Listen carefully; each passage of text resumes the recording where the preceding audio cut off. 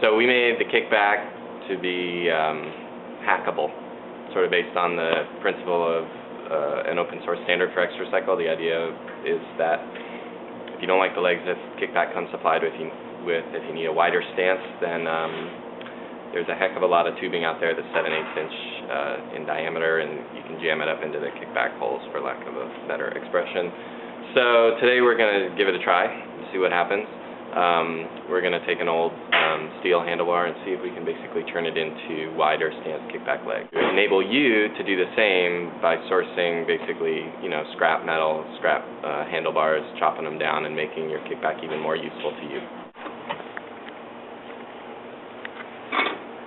The first thing I'm going to do is cut it just right down the middle. Alright.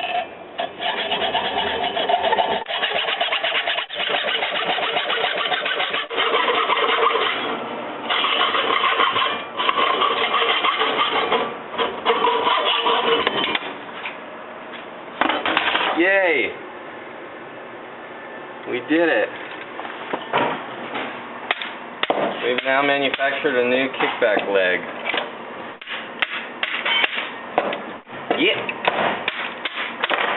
Yeah.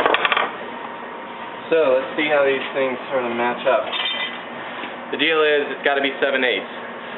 Most handlebar diameters are roughly 7/8, and then they tend to bulge to either an inch or even bigger than an inch. So the bulge is not going to fit, but my theory is we can either cut the bulge off and stuff this part in, or remove these grips and stuff this part in for super wide KickBack legs. We're cutting the bulge off. See if we can stuff the handlebar in. Put oil in there.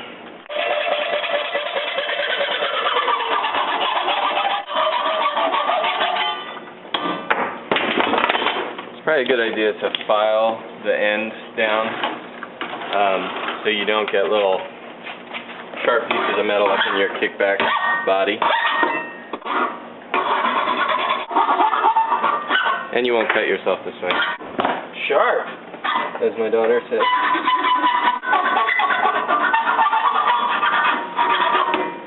Alright, give it a try. 5 mil.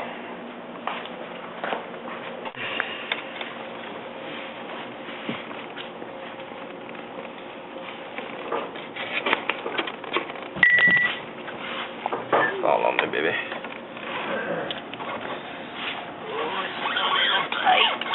Oh boy. There it goes. Beautiful KickBack legs. Look at that. That's classy.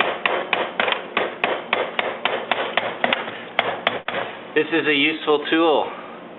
This is a rubber and elastomer mallet made by Vaughn in the USA. Vaughn. Basically, what I like to do is have the insert past this little keyhole notch for the sort of the seat bolt style clamp. You can see that we're sort of almost there. That's looking pretty good. Alright, let's just tighten her down for check it out. Alright, so we got leg number 2. I decided to grease it up this time because the last time it was just sort of a bear to get that in, and this makes it way easier. So it totally clears the little keyhole, so I'm feeling pretty confident about the strength there. And then we got super wide KickBack stance. Let us lock it down. We got the handy dandy 20-year-old rubbery plastic grips so that this doesn't mar your nice wood floors. And way more stable, for sure. Here you go. I am your frustrated child. Alright. That looks a little better. It's not riding so high. And maybe we can even tilt it in a little bit. This is basically sort of in plane with your wide loader. you can imagine if you want to tug it with your toe,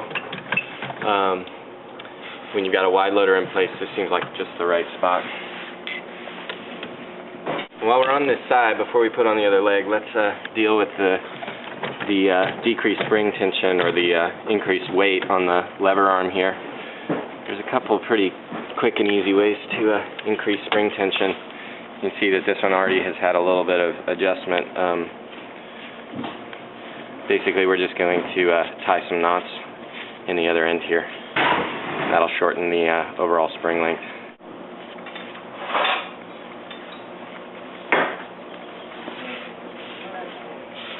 Alright.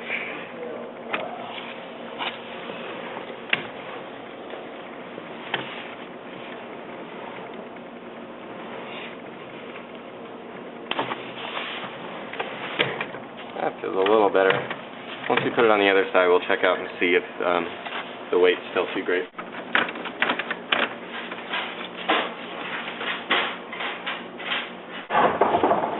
Alright.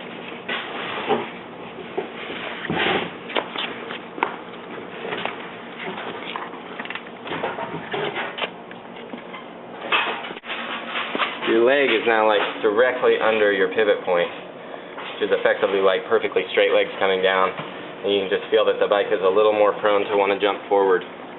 So might make some sense to turn these legs out a little bit to get that leg forward.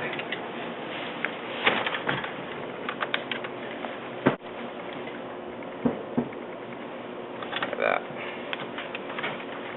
Trying to find that sweet spot between the ankle biter here and a workable widened kickback foot solution. Feels a little more stable on this side. I'll do it on this side.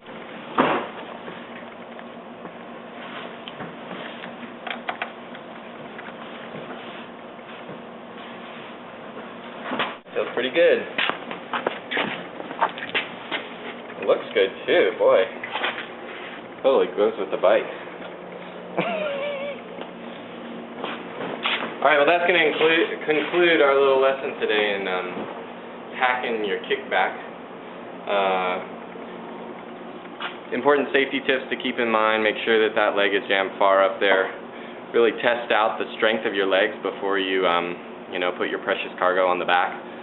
And remember that by going wide, you're going to be adding some stress to the kickback arch itself. So just be sensitive to sort of what's going on. Use it gingerly at first before you start really heavily loading. But just do a quick test here. Feels like this can support my weight. I don't see much flexing in the kickback, so I think we're good to go. And we're good to go. That's the way we end these things, right? We're good to go.